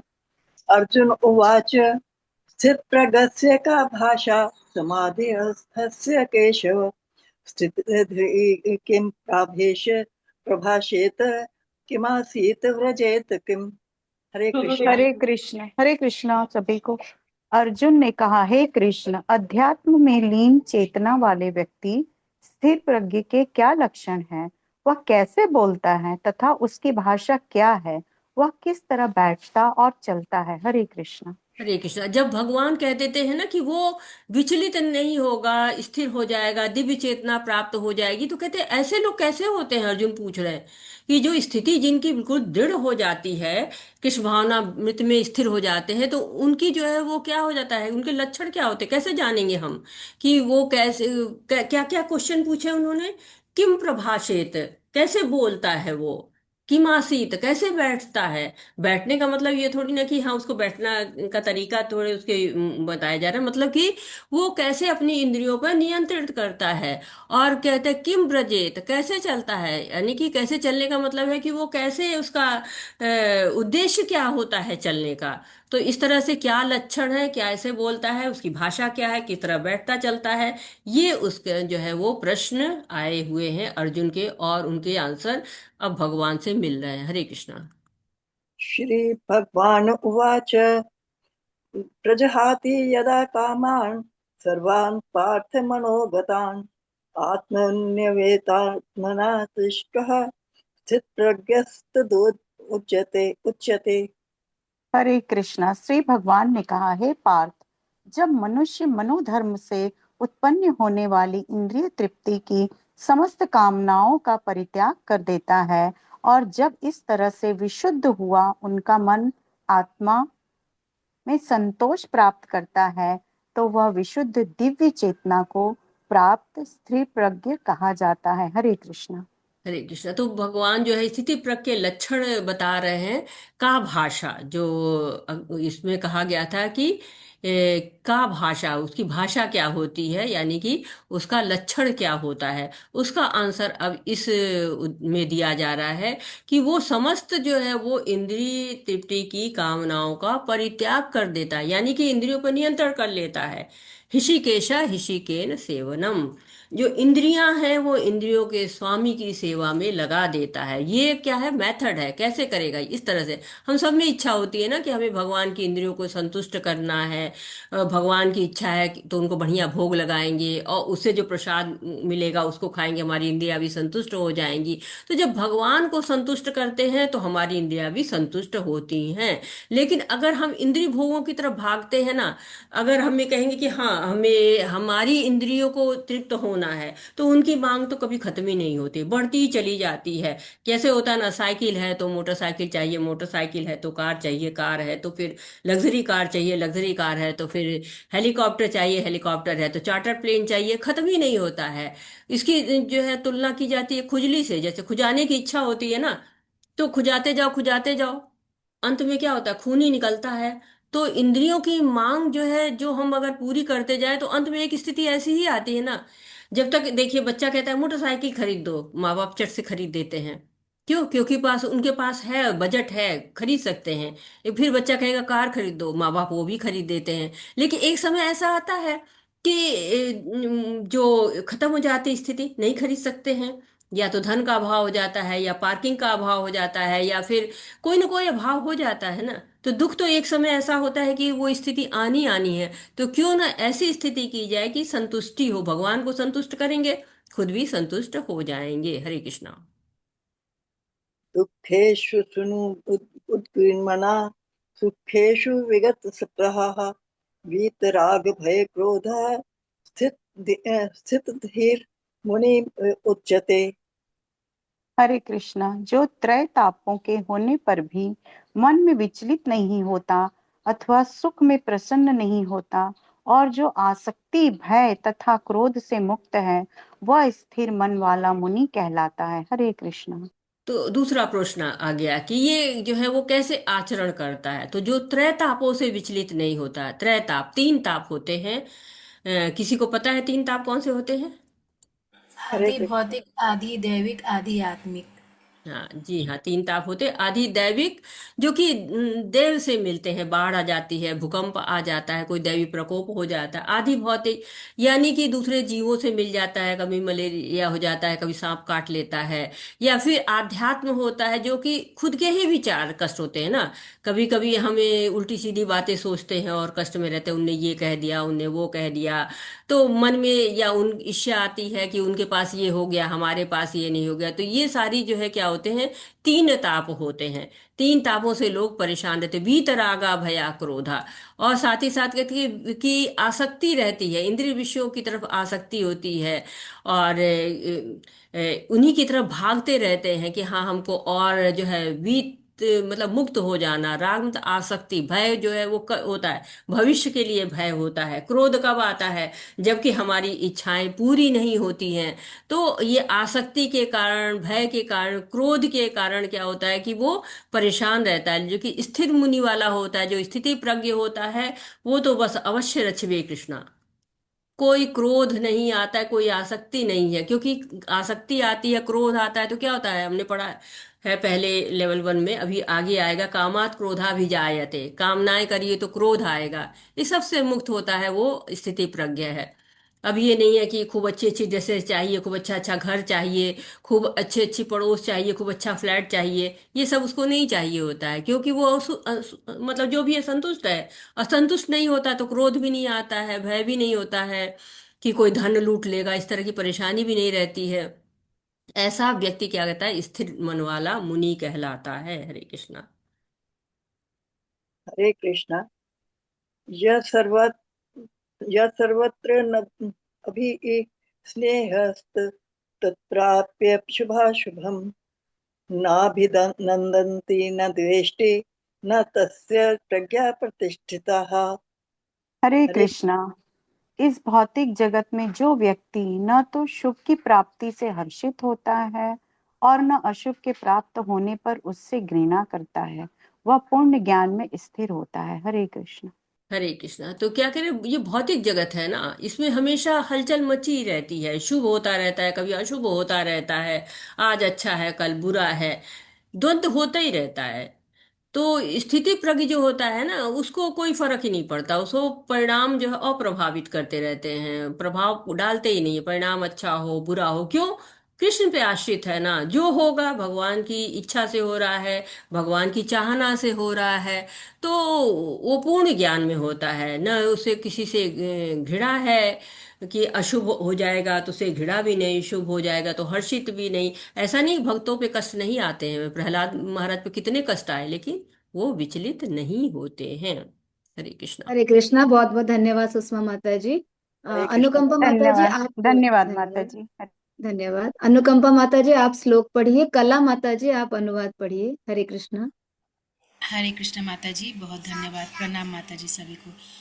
यदा संहर्ते चायं कूर्मो अंगनीय सर्वसः इंद्रियाणि इंद्रियार्थे अभ्यतस्य प्रज्ञा प्रतिष्ठिता। हरे कृष्ण। भारती हरे माता जी आप पढ़ कृष्णा लीजिए। जी, पढ़िए। जी हरे कृष्णा। यदा संहरते चायं कूर्मोऽङ्गानीव सर्वशः इन्द्रियाणीन्द्रियार्थेभ्यस्तस्य प्रज्ञा प्रतिष्ठिता। अनुवाद पढ़िए माता जी। जिस प्रकार कछुआ अपने अंगों को संकुचित करके खोल के भीतर कर लेता है, उसी तरह से जो मनुष्य अपनी इंद्रियों को इंद्रिय विषयों से खींच लेता है, वह पूर्ण चेतना में दृढ़ता पूर्वक स्थिर होता है। हरे कृष्णा। हरे कृष्णा। तो यहाँ पे बड़ी अच्छी उपमा दी गई, कछुआ की उपमा दी गई है कि कछुआ क्या होता है। कछुआ जब भी समस्या को देखता है, जब भी कोई परेशानी आती है, तो वो सारी इंद्रियों को अपने अंदर संकुचित कर लेता है। ऐसे जो स्थिति प्रज्ञ होता है, वो जैसे इंद्रिय भोग की वस्तुएं आती है ना, कुछ अच्छा खाने को आ गया, कुछ अच्छा पहनने को आ गया, कुछ अच्छा देखने को आ गया, वो अपनी इंद्रियों को संकुचित कर लेता है। जनरल भौतिक जीवन में क्या करते हैं लोग, ये भी चाहिए, ये भी चाहिए, ये भी चाहिए, ये भी लाओ। तो वो लेकिन नहीं, वो अपनी इंद्रियों को आत्मतुष्टि में लगाता ही नहीं है। भोग का जब भी समय आएगा, इंद्रियों को समेट लेगा, भगवान की सेवा में लगाएगा। कोई अच्छा फल है, चलो भगवान को चढ़ा देते हैं। कोई अच्छे कपड़े हैं, चलो भगवान का कपड़ा बना लेते हैं। तो ऐसे ही क्यों वो कर्म फल में फंसता ही नहीं है ना, क्योंकि भगवान के अंदर शक्ति होती है, जो भी हमारे कर्म फल होते हैं वो ले लेते हैं। और किसी में तो ये शक्ति होती ही नहीं है। इसीलिए जो स्थिति प्रज्ञ है, वो अपनी इंद्रियों को हमेशा जो है वो संकुचित करके रखता है। हरे कृष्णा।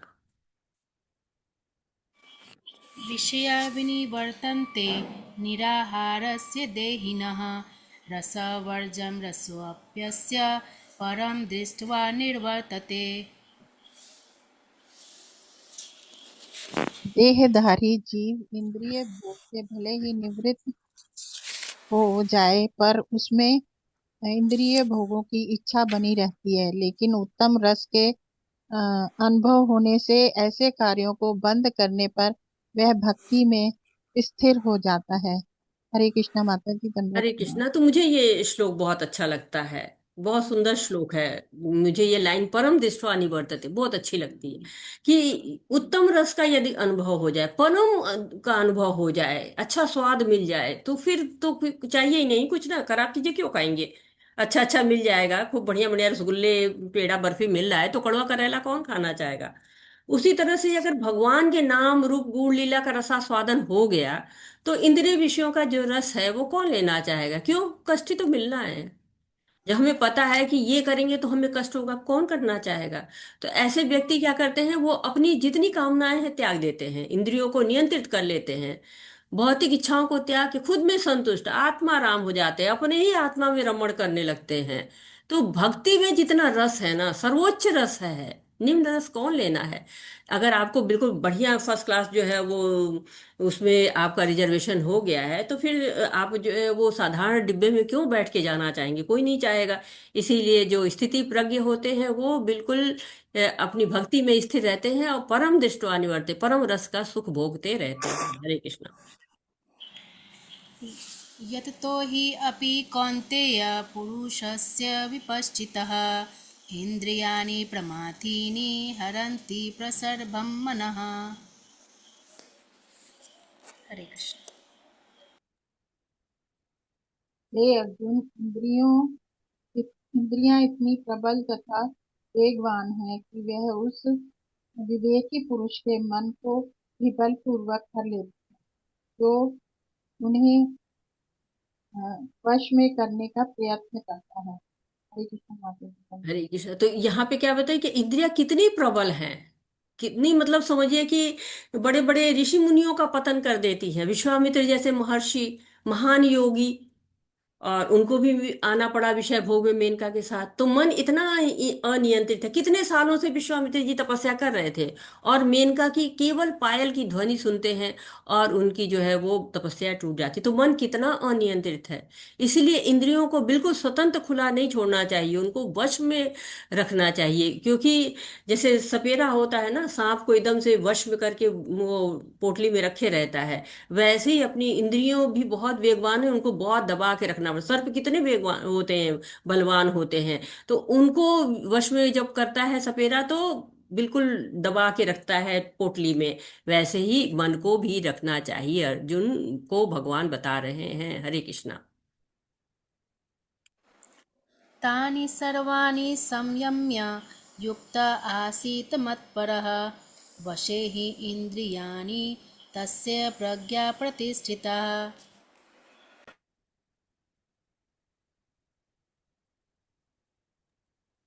वो इंद्रियों को पूर्णतया वश में रखते हुए इंद्रिय संयमन करता है और अपनी चेतना को मुझ में स्थिर कर देता है, वह मनुष्य स्थिर बुद्धि कहलाता है। हरे कृष्ण माता। हरे कृष्णा। तो यहाँ पर देखिए भगवान बिल्कुल क्या कह रहे हैं, सीधे सीधे कह रहे हैं, तानि सर्वाणि संयम्य। बिल्कुल उनको क्या करो, संयम में रखो, पूर्णतया वश में रखो इंद्रियों को। इंद्रियों के लिए दूसरा कोई उपाय नहीं है, सीधे तौर पे कह रहे हैं कि भक्ति करो। जो स्थिति प्रज्ञ है ना, वो इंद्रियों को नियंत्रित करते हैं और कृष्ण पे ही ध्यान रखते हैं। भागवतम में राजा अम्बरीश की कथा आती है। तो वो सारी इंद्रियों को, चाहे आंख है तो भगवान का अर्च विग्रह देखती थी, कान है तो भगवान का श्रवण करती थी उनकी बातों का, पैर है तो मंदिर जाने में लगा देते थे। तो जितनी भी इंद्रियां हैं उनकी, उस सबको जो है जीवा से भगवान के नाम का कीर्तन करते रहते थे। तो भगवान के ही कार्य में सारी इंद्रियां उनकी लगी हुई थी। तो भगवान के धाम को वो प्राप्त करते हैं। सवे मन कृष्ण पदार विंदियो वर्चसु वैकुंठा गुणान वर्णन। तो उसी तरह से जब उनका जो है मन हमेशा कृष्ण के पदों में लगा रहता था, कृष्ण पद में, चरण कमल में लगा रहता था, तो हमको भी कृष्ण भावना भावित हो जाना चाहिए। अब आगे के जो श्लोक आ रहे हैं बड़े महत्वपूर्ण हैं, और एक तरह से ये आपको लोगों के मनोविज्ञान बता रहे हैं। ये मनोविज्ञान के जो होते हैं, मतलब पढ़ने वाले जो होते हैं, विद्यार्थी होते हैं, वो लोग इसको पढ़ते हैं, वहां पढ़ाया जाता है इनको। और ये 5,000 साल पहले भी यही सत्य था, आज भी यही सत्य है। और उस समय भी इसकी महत्ता उतनी ही थी, आज भी उसकी महत्ता में कोई परिवर्तन नहीं हुआ है। तो उन श्लोकों को पढ़ते हैं, और उन श्लोकों को पढ़ना ही नहीं है, उनको सोचना है, समझना है, व्यवहार में लाना है, क्योंकि पतन का कारण यहीं से शुरू होता है। हरे कृष्णा। हरे कृष्णा। बहुत बहुत धन्यवाद अनुकंपा माता जी। भारती माता जी आप श्लोक पढ़िए। और जी जी धन्यवाद। रविकांत, धन्यवाद माता जी। रविकांत प्रभु जी आप अनुवाद पढ़िए। हरे कृष्णा। हरे कृष्णा 62 से ना।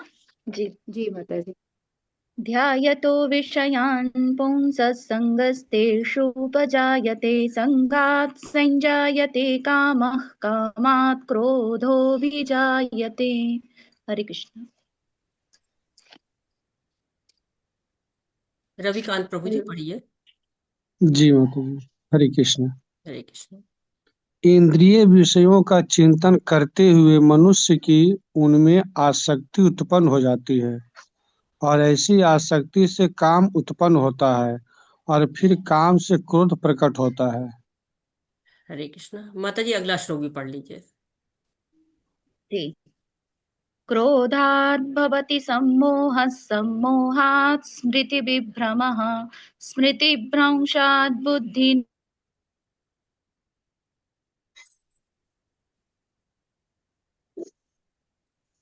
विभ्रंशात् बुद्धिनाश। विनाशो। माता जी की आवाज नहीं आ रही ना। जी माता जी मैं पढ़ लेती हूँ। स्मृति हाँ भ्रंशात् बुद्धिनाशो बुद्धिनाशात् प्रणश्यति। हरे कृष्णा। पढ़िए प्रभु जी। क्रोध से पूर्ण मोह उत्पन्न होता है, और मोह से स्मरण शक्ति का विभ्रम हो जाता है। जब स्मरण शक्ति भ्रमित हो जाती है तो बुद्धि नष्ट हो जाती है, और बुद्धि नष्ट होने पर मनुष्य भव कूप में पुनः गिर जाता है। तो ये भावकूप में पुनः गिर जाता है। तो ये भावकूप में अगर नहीं गिरना है तो क्या करना है, शुरुआत कहाँ से होती है? तो इन जो है 2 श्लोकों में 8 जो है लेवल्स बताए गए, 8 स्तर हैं। तो पतन के पहले, सबसे पहले होता क्या है कि विषय वस्तु पर ध्यान जाता है। अब हम घर में हैं, बाहर हैं, हर जगह विषय वस्तु तो हर जगह है ना, इंद्रिय विषय तो हर जगह है, मोबाइल है, लैपटॉप है, टीवी है, और पत्रिकाएं हैं। हम उनमें गलत वस्तुएं देख लेते हैं। आप रास्ते में जा रहे हैं तब भी गलत वस्तुएं दिख जाती है, पढ़ लेते हैं, कोई बात नहीं, हम पे वो प्रभाव नहीं डालते तो कोई बात नहीं। लेकिन अगर वही हमारे ध्यान में आना शुरू हो गई, समस्या की शुरुआत हो गई, यहीं से सारे कष्ट आरंभ हो गए। बार बार वही सोच रहे, आसक्ति आ गई, अब वो लेना है, ये कामना होनी शुरू हो गई। जैसे कि दुर्योधन था, इंद्रप्रस्थ के महल में गया तो उसकी कामना हो गई कि नहीं नहीं, यही, ये तो हमें चाहिए, ये महल।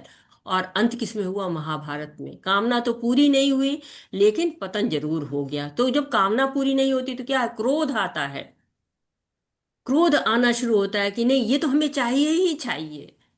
और अगर पूरी हो गई तो क्या हो गया? विश लिस्ट बनने लगती है। आजकल आप अपनी विश लिस्ट चेक कर सकते हैं, अंबार लगा होगा। एक पूरी हो गई तो दूसरी, दूसरी हो गई तो तीसरी।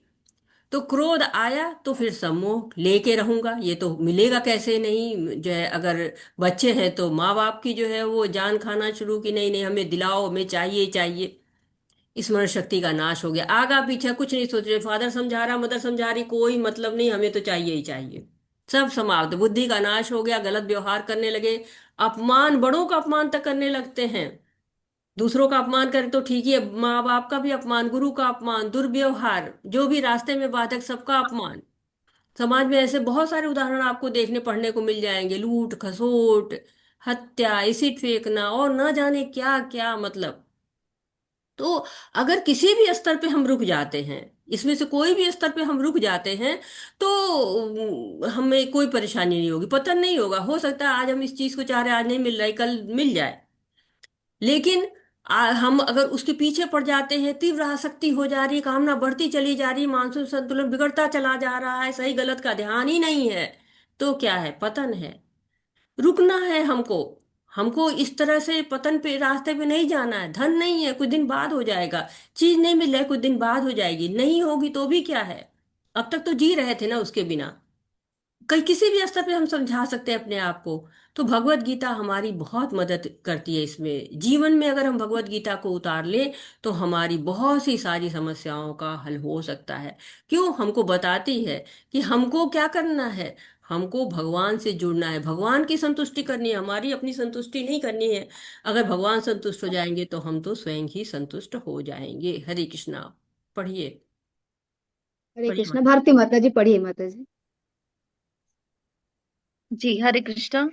रागद्वेषवियुक्तैस्तु विषयानिन्द्रियैश्चरन् आत्मवश्यैर्विधेयात्मा प्रसादमधिगच्छति। हरे कृष्ण। किंतु समस्त राग तथा द्वेष से मुक्त एवं अपनी इंद्रियों को संयम द्वारा वश में करने में समर्थ व्यक्ति भगवान की पूर्ण कृपा प्राप्त कर सकता है। हरे कृष्ण। हरे कृष्णा। तो क्या कह रहे हैं यहाँ पे? राग द्वेष विमुक्त। राग द्वेष से क्या होना है? विमुक्त होना है, अपनी इंद्रियों को मुक्त कर देना है। चौथे प्रश्न का उत्तर यहाँ पे मिल रहा है कि स्थिति प्रज्ञ कैसे चलता है। यानी कि चलने का मतलब क्या है कि जो इंद्रियां हैं उनको कैसे भगवान की सेवा में लगाता है। अब इंद्रियां हैं तो इंद्रिय विषय है। आंख है तो कुछ ना कुछ देखेगा ही, सुंदर दृश्य दिखेगा, देखेगा। तो बताया गया है, अभी हमने पढ़ा है कि पतन का कारण क्या है कि देखने के बाद अगर उससे हम जुड़ते जाते हैं। लेकिन अब यहाँ बता रहे हैं कि इंद्रियां जो है वो अगर आपकी स्वतंत्र है, वश में नहीं है, तो आप पतन की तरफ जाएंगे। लेकिन अगर इंद्रियां आप जो है वो भगवान में लग गई, आपको भगवत कृपा का प्रसाद मिल गया, तो आपको जो है वो मुक्ति होगी। आप भगवान के कार्य में करेंगे, भगवान की कृपा को प्राप्त कर पाएंगे। हरे कृष्णा।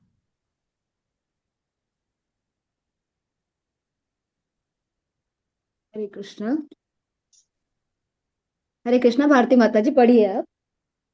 प्रसादे सर्वदुःखानां हानिरस्योपजायते प्रसन्नचेतसो ह्याशु बुद्धिः पर्यवतिष्ठते। हरे कृष्ण। इस प्रकार से कृष्ण भावनामृत में तुष्ट व्यक्ति के लिए संसार के तीनों ताप नष्ट हो जाते हैं और ऐसी तुष्ट चेतना होने पर उसकी बुद्धि शीघ्र ही स्थिर हो जाती है। तो भगवान की कृपा का प्रसाद हरे मिल गया। कृष्ण। हरे कृष्णा। भगवान की कृपा का प्रसाद मिला, अंतःकरण शुद्ध हो गया, तीनों ताप नष्ट हो गए। जब ऐसी स्थिति हो जाती, तुष्ट हो गई चेतना, संतुष्ट हो गए, बुद्धि स्थिर हो गई। तो एक तरह से हम इन दो श्लोकों में हमने जाना, जैसे दो श्लोकों में हमने पतन जाना, वैसे दो श्लोकों में हमने ये जाना कि कैसे जो है वो हम अपने आप को भगवान की सेवा में जोड़ लें। हरे कृष्णा। हरे कृष्णा। बहुत बहुत धन्यवाद भारती माता जी, रवि प्रभु जी। मैं श्लोक पढ़ रही हूँ। साधना सिंह हरे माता जी कृष्ण। आप अनुवाद पढ़िएगा। नास्ति बुद्धिरयुक्तस्य न चायुक्तस्य भावना न च भावयतः शान्तिः शान्तस्य कुतः सुखम। हरे कृष्णा। साधना सिंह माता जी, आप अनम्यूट करिए हाँ, और पढ़िए। हरे कृष्णा माता जी, हरे कृष्णा माता जी। हरे जो कृष्ण भावनामृत में परमेश्वर से संबंधित नहीं है, उसकी न तो बुद्धि दिव्य होती है और न ही मन स्थिर होता है, जिसके बिना शांति की कोई संभावना नहीं है। शांति के बिना सुख हो भी कैसे सकता है। हरे कृष्ण माता हरे जी। कृष्णा। तो बताया ना कि सुख कहाँ पर है। जहाँ कृष्ण भावनामृत है वहां सुख है, कृष्ण भावनामृत में नहीं है तो न बुद्धि दिव्य होगी, न मन स्थिर होगा, न शांति आएगी। और जब शांति नहीं आएगी तो सुख नहीं होगा। यहाँ पे कहा गया ना, अशांतस्य कुतम सुखम। अगर आप अशांत हैं, शांति है ही नहीं है, कोई शांति की संभावना ही नहीं रह गई, मन में हलचल हुई जा रही है, तो ऐसा व्यक्ति जो है होगा वो भगवान से जुड़ा नहीं होगा। अगर भगवान से जुड़ा होगा तो क्या होगा? भोक्ता राम यज्ञ तपसा सर्वलोक महेश्वरम स्विद सर्वभूतानां ज्ञात शांति रिच्छति। शांति आ जाएगी और शांति के बिना सुख नहीं है, ऐसा भगवान कह रहे हैं। तो हमें अपने जीवन में शांति बनाए रखने का प्रयास हमेशा करना चाहिए। हरे कृष्ण। हरे कृष्ण। इन्द्रियाणां हि चरतां यन्मनो विधीयते तदस्य हरति प्रज्ञां वायुर्नावम् इवाम्बसि। हरे कृष्ण।